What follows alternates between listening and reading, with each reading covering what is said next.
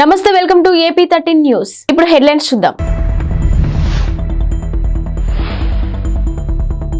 సూర్యకుమార్ యాదవ్ ని ఎలా ఆపాలి? మాజీ పేసర్ జహీర్ ఖాన్ చెప్పిన సమాధానం ఇదే. బిర్యానీ ఆర్డర్లలో నగరవాసులే టాప్, స్విగ్గీ నివేదికలో వెల్లడి.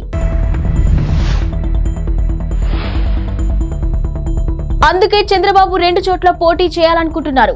బొత్స సత్యనారాయణ. భారత్ వర్సెస్ దక్షిణాఫ్రికా మధ్య 3వ టీ20 మ్యాచ్ లో కెప్టెన్ సూర్యకుమార్ యాదవ్ సెంచరీతో చెలరేగాడు. ఇక మైదానం నలువైపులా 6లు 4లతో విరుచుకుపడ్డాడు. సూర్యను కట్టడి చేయడానికి సౌత్ ఆఫ్రికా బౌలర్లు నానా తంటాలు పడ్డారు. ఇక ఎట్టకేలకు సెంచరీ పూర్తయ్యాక అవుట్ చేయగలిగారు. మ్యాచ్ లో దక్షిణాఫ్రికా బౌలర్లకు ఎదురైన పరిస్థితిపై టీమిండియా మాజీ ఫాస్ట్ బౌలర్ జహీర్ ఖాన్ ఆసక్తికరంగా స్పందించారు. అయితే సూర్య రెచ్చిపోయి ఆడుతున్నప్పుడు అవుట్ చేయడం ఒక్కటే అతడిని ఆపగలిగే మార్గమని, అదొక్కటే అవకాశమని బౌలర్లకు జహీర్ సూచించాడు. బౌలర్లు అత్యుత్తమ బంతులు సంధించి సూర్యని అవుట్ చేయాలని అన్నాడు. ఇక దక్షిణాఫ్రికాపై మ్యాచ్ లో చివరికి అదే జరిగిందని అన్నాడు. సూర్య బ్యాటింగ్ పై స్పందిస్తూ తనకంటూ ప్రత్యేక గుర్తింపును తెచ్చుకుంటున్నాడని, ఈ విషయంలో ఎలాంటి సందేహం లేదని జహీర్ ఖాన్ అన్నాడు. ఇక మిస్టర్ 360 మైదానం నలువైపులా షాట్లు కొట్టగల సమర్థుడని, బౌలర్లకు ఇది చాలా కష్టతరమని అన్నాడు. ఫీల్డింగ్ పరిమితులు ఉంటాయి కాబట్టి బౌలర్లకు ఎప్పుడూ కష్టమేనని అన్నాడు. ఇక సూర్య లాంటి బ్యాటర్ క్రీజ్లో ఉన్నప్పుడు బంతిని long on mid wicket cover మీదుగా 6లు కొట్టగలరని, ఇది బౌలర్లకు కఠినమైనదని పేర్కొన్నాడు. ఇక సూర్య షాట్లు కొట్టేందుకు ప్లేస్లు ఎంచుకుంటున్నాడని, ఒకసారి ఊపు అందుకుంటే బౌలర్లు తమ ప్రణాళికలను అమలు చేయడం అంత సులభం కాదని అన్నాడు. ఈ మేరకు జహీర్ ఖాన్ క్రిక్ బజ్ తో మాట్లాడాడు. మహానగరాల్లో ప్రజలకు ఆన్లైన్ ఆహారం ఆర్డర్ ఇవ్వడం అలవాటుగా మారిపోయింది. ఇక స్విగ్గీ, జొమాటోలకు డిమాండ్ నానాటికి పెరుగుతుంది. మరోవైపు సంవత్సరాంతం వచ్చేసిన నేపథ్యంలో ఇక స్విగ్గీ ఈ ఏడాది అత్యధికంగా ఆర్డర్స్ వచ్చిన వంటకాల గురించి ఓ నివేదికను విడుదల చేసింది. హౌ ఇండియా స్విగ్గీ 2023 పేరిట విడుదలైన ఈ నివేదికలో పలు ఆసక్తికర విషయాలను వెల్లడయ్యాయి. ఇక బిర్యానీపై హైదరాబాద్ నగరవాసుల అభిమానం మరోసారి తేటతెల్లమైంది. దేశంలోని నగరాల్లోకెల్లా హైదరాబాద్లో అత్యధికంగా బిర్యానీ ఆర్డర్లు వచ్చినట్టు స్విగ్గీ తన నివేదికలో పేర్కొంది. ఇక అంతేకాకుండా ఈ ఏడాది అత్యధికంగా స్విగ్గీలో అమ్ముడైన వంటకము బిర్యానీనే. వరుసగా 8వ ఏడాది బెస్ట్ ఆర్డర్ డిష్గా బిర్యానీ నిలిచింది. సెకండ్కు 2.5 బిర్యానీలు అమ్ముడుపోయాయని నివేదికలో తేలింది. ఇక జనవరిలో ఏకంగా 4.30 లక్షల బిర్యానీలకు ఆర్డర్లు అందాయని, ఇక జనవరి 1 నుంచి నవంబర్ 23 వరకు మొత్తం 2.49 బిర్యానీ ఆర్డర్లు వచ్చాయని పేర్కొన్నారు. ఇక అయితే హైదరాబాద్కు చెందిన ఓ వ్యక్తి ఈ ఏడాది ఏకంగా 1633 బిర్యానీలను ఆర్డర్ చేయడం నివేదికలో మరో విశేషం. దీంతో పాటు హైదరాబాద్ వాసులు మొత్తం 6 లక్షల విలువైన ఇడ్లీలు ఆర్డర్ చేశారు. అత్యధికంగా ఆర్డర్ నమోదైన నగరాల్లో ఢిల్లీ, చెన్నై తర్వాతి స్థానంలో హైదరాబాద్ నిలిచింది. వైసీపీలో నియోజకవర్గాల ఇన్ఛార్జీల మార్పులపై విపక్షాలు విమర్శలు గుప్పిస్తున్న సంగతి తెలిసిందే. వైసీపీ ఓడిపోబోతుందనే భయాలు కారణంగానే ఇన్ఛార్జీలను మారుస్తున్నారని విమర్శిస్తున్నారు. ఈ నేపథ్యంలో మంత్రి బొత్స సత్యనారాయణ మాట్లాడుతూ టీడీపీకి కౌంటర్ ఇచ్చారు. మార్పులనేవి ప్రతి పార్టీలో జరిగే ప్రక్రియేనని ఆయన అన్నారు. ఇక గత ఎన్నికల్లో చంద్రబాబు సీట్లు ఇచ్చిన అందరూ గెలిచారా అని ప్రశ్నించారు. మార్పులు చేర్పులు అన్ని పార్టీలో ఉంటాయని, అదే ప్రక్రియ తమ పార్టీలో కూడా జరిగిందని చెప్పారు. కుప్పంలో గెలుస్తాననే నమ్మకం చంద్రబాబుకు లేదని, అందుకే 2 చోట్ల పోటీ చేయాలనుకుంటున్నారని బొత్స ఎద్దేవా చేశారు. విడతల వారీగా మద్యం నిషేధం చేస్తానని చెప్పిన ముఖ్యమంత్రి జగన్ అదే చేస్తున్నారని చెప్పారు. ఇక సామాన్యులకు మందు దొరకకుండా చేస్తున్నామని తెలిపారు. మద్యం విషయంలో ప్రజల్లో పరివర్తన తెస్తున్నామని తెలిపారు. ఇక అంగన్వాడీల ఆందోళన విరమించాలని సూచించారు. తుఫాను కారణంగా జరిగిన పంట నష్టంపై చంద్రబాబు నోటికి వచ్చినట్టు మాట్లాడుతున్నారని బొత్స మండిపడ్డారు. వర్షం తగ్గాక పంట నష్టంపై అంచనా వేస్తారని తెలిపారు. రంగు మారిన ధాన్యాన్ని కూడా కొనాలని ముఖ్యమంత్రి సూచించారని చెప్పారు. ప్రజలకు అండగా ఉన్నది వైసీపీ అని, వచ్చే ఎన్నికల్లో టీడీపీ తుడిచిపెట్టుకుపోవడం ఖాయమని జోసెం చెప్పారు. బహిరంగ మూత్ర విసర్జన వద్దన్నందుకు ఓ మాజీ సైనికుడు కాల్పులు జరిపాడు. దేశ రాజధాని ఢిల్లీలో బుధవారం రాత్రి జరిగింది ఈ ఘటన.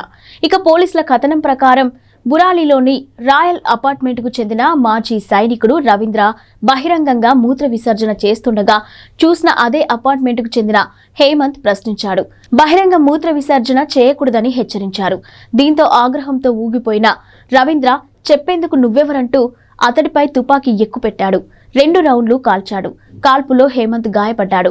వారించిన మరో వ్యక్తిపైన రవీంద్ర దాడికి దిగాడు. ఈ ఘటనపై కేసు నమోదు చేసుకున్న పోలీసులు నిందితుడు రవీంద్రను నిన్న అరెస్ట్ చేశారు. ఘటన జరిగిన సమయంలో నిందితుడు మద్యం మత్తులో ఉన్నట్టు తెలిపారు. ఎన్నికల ప్రచారంలో కాంగ్రెస్ ఇచ్చిన 6 గ్యారంటీల్లో ఒకటైన 500K గ్యాస్ సిలిండర్ పథకం హామీని నిలబెట్టుకునేందుకు రేవంత్ రెడ్డి ప్రభుత్వం రెడీ అవుతుంది. ఇక మహాలక్ష్మి పథకం కింద అందించనున్న గ్యాస్ సిలిండర్ను అందించనుండగా ఇందుకోసం 2 రకాల ప్రతిపాదనలు సిద్ధం చేసినట్టు తెలుస్తుంది. రేషన్ కార్డు ఉన్న వారితో పాటు లేని వారిలోనూ లబ్ధిదారులను ఎంపిక చేయడం అందులో మొదటిది కాగా, ఇక రెండవది రేషన్ కార్డుతో పని లేకుండా లబ్ధిదారులకు అందించడం రెండవదని చెప్పుకొచ్చారు. రాష్ట్రంలో మొత్తం 1.20 కోట్ల గ్యాస్ కనెక్షన్లు ఉండగా వీరిలో 44% మంది అంటే 52.80 లక్షల మందికి ప్రతి నెల రిఫిల్ బుక్ చేసుకుంటున్నారు. ఇక రేషన్ కార్డు ఉన్న కుటుంబాలు 89.99 లక్షల చొప్పున. ఈ లెక్కన తొలి ప్రాతిపాదికన ప్రకారం ఈ పథకాన్ని త్వరగానే అమలు చేయవచ్చు. కాకపోతే అనర్హులు కూడా లబ్ధిదారులయ్యే అవకాశం ఉందని పేర్కొన్నారు. అంటే దాదాపు 1 కోటి మందికి పైగా 500 రూపాయలకే గ్యాస్ సిలిండర్ ఇవ్వాల్సి ఉంటుంది. అదే రెండో ప్రతిపాదనను కనుక పరిగణలోకి తీసుకుంటే లబ్ధిదారుల గుర్తింపు కోసం ఎక్కువ సమయం పట్టే అవకాశం ఉంది. కేంద్ర ప్రభుత్వ విజ్ఞప్తి మేరకు గివిటప్ లో భాగంగా రాష్ట్రంలోని 4.2 లక్షల మందికి రాయితీని వదులుకున్నారు. ఇక దీంతో మిగిలిన వినియోగదారుల్లో ఎంతమందిని ఈ పథకానికి ఎంపిక చేస్తారనేది ఆసక్తికరంగా మారింది. ఇక ఈ పథకానికి ఎంపికయ్యే లబ్ధిదారులకు ఏడాదికి 6 సిలిండర్ల చొప్పున ఇస్తే ప్రభుత్వంపై దాదాపుగా 2,225 కోట్ల అదనపు భారం పడుతుంది. ఇక అదే 12 సిలిండర్లు ఇస్తే కనుక ఇది రెండింతలవుతుందని పేర్కొన్నారు. బీఆర్ఎస్ ప్రభుత్వం గతంలో ఏర్పాటు చేసిన కొత్త జిల్లాలను కుదించడం ఉండదని ఎమ్మెల్సీ జీవన్ రెడ్డి పేర్కొన్నారు. వాటితో ప్రజలకు కొంత ప్రయోజనం చేకూరిందని పేర్కొన్నారు. ఇక గురువారం కరీంనగర్లో ఏర్పాటు చేసిన మీడియా సమావేశంలో ఆయన ఈ విషయాలను వెల్లడించారు. కొత్త జిల్లాల ఏర్పాటుతో ఆయా ప్రాంతాల్లోని మెడికల్ కాలేజీలు వచ్చాయని, అటువంటి అభివృద్ధి వల్ల ప్రజలకు మేలు జరుగుతుందని పేర్కొన్నారు. హుస్నాబాద్ నియోజకవర్గ కేంద్రాన్ని కరీంనగర్ జిల్లాలో విలీనం చేయాల్సిందేనని, రేవంత్ రెడ్డి పర్యటనలో ఈ విషయమై తాను అక్కడి ప్రజలకు హామీ ఇచ్చానని తెలిపారు. ఇక రాజకీయ ప్రయోజనాల కోసం సిద్దిపేట జిల్లాలో కలిపిన హుస్నాబాద్ను మునుపటిలా కరీంనగర్ కు మార్చుతామని స్పష్టం చేశారు.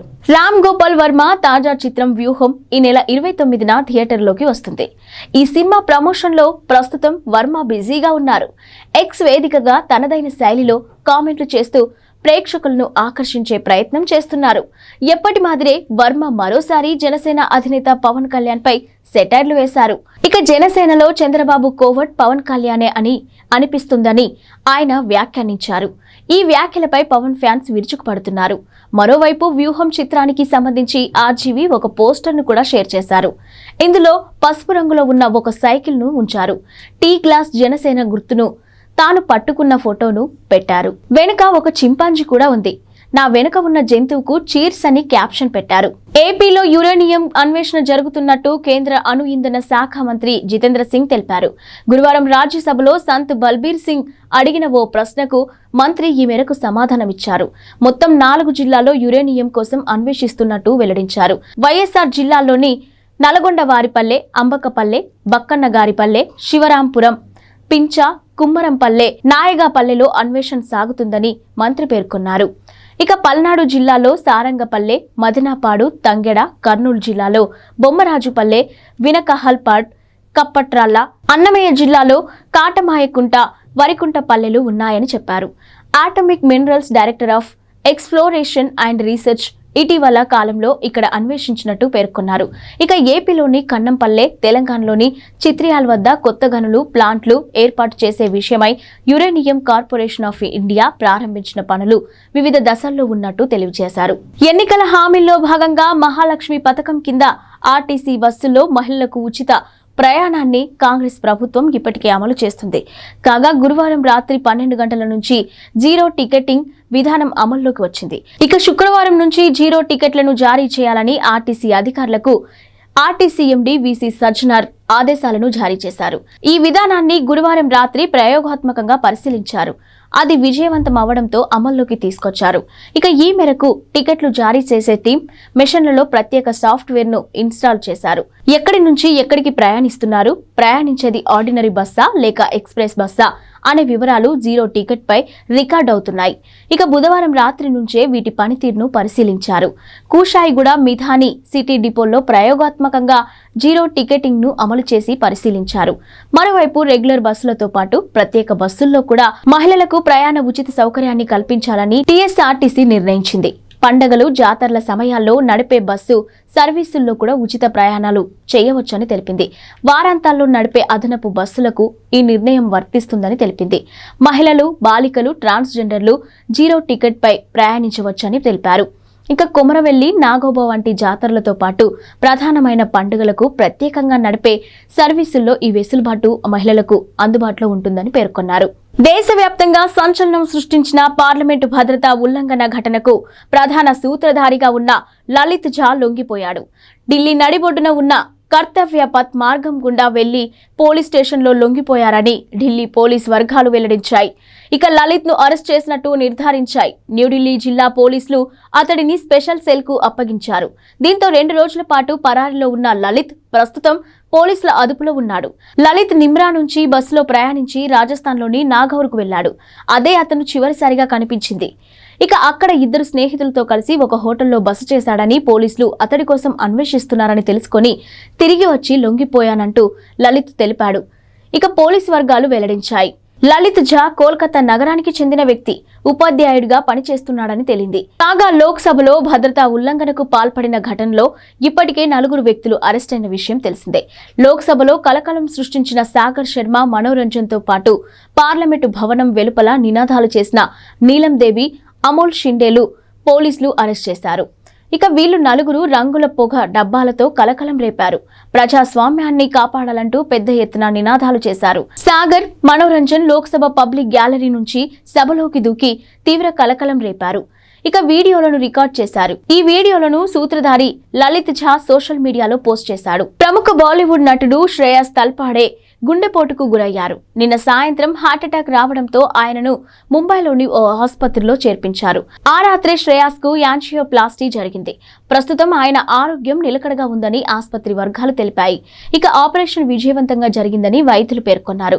Welcome to the jungle shooting అనంతరం శ్రేయాస్ గుండెపోటుతో కుప్పకూలినట్టు తెలుస్తుంది.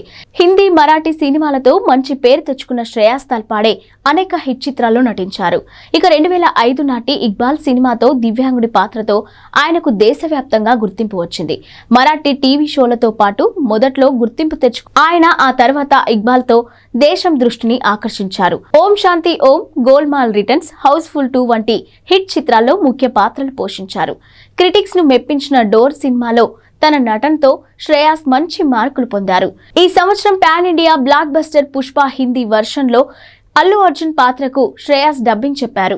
దక్షిణాఫ్రికాపై 3వ టీ20 మ్యాచ్ తో సెంచరీతో చెలరేగిన కెప్టెన్ సూర్యకుమార్ యాదవ్ అసాధారణ రికార్డులు నెలకొల్పాడు.